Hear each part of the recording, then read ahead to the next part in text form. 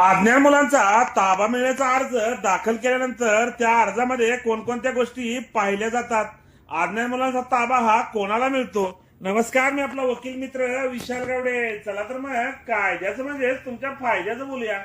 पती पत्नीच्या कौटुंबिक वादामध्ये जेव्हा अज्ञान मुलांचा ताबा मिळावा व ती मुले 5 वर्षापेक्षा जास्त वयाच्या असतील तर त्या अर्जामध्ये सर्वात महत्वाचं म्हणजे मुलाचे हित कोणाकडे ताबा ठेवण्यात आहे हे पाहिले जाते. त्यामध्ये पती व पत्नी यांची आर्थिक परिस्थिती, पती व पत्नी यांचे कॅरेक्टर, पती व पत्नी यांच्यापैकी कोण मुलाचा चांगल्या प्रकारे सांभाळ, पालन पोषण, शिक्षण करू शकते या गोष्टी पाहिल्या जातात. जर पती किंवा पत्नी यांच्यापैकी कोणी व्यभिचारी किंवा जगत असेल किंवा पहिले लग्न झालेले असताना त्या लग्नाचा घटस्फोट झालेला नसताना परपुरुषासोबत किंवा परस्त्रीसोबत पती किंवा पत्नी सारखे राहत असेल तर अशा परिस्थितीमध्ये त्या मुलांचे नैसर्गिक पालनकर्ता आहेत, त्या नैसर्गिक पालनकर्त्याकडे मुलांचा ताबा ठेवला जाऊ शकतो. माननीय न्यायालयामध्ये मुलांच्या हिताबाबत कोणत्या प्रकारचा पुरावा येतो यावर मुलांचा ताबा कोणाकडे ठेवणे कायदेशीर आहे फायदेशीर आहे याचा विचार माननीय न्यायालयामध्ये केला जातो व त्याप्रमाणे मुलांचा ताबा संबंधित पालकांकडे ठेवला जातो.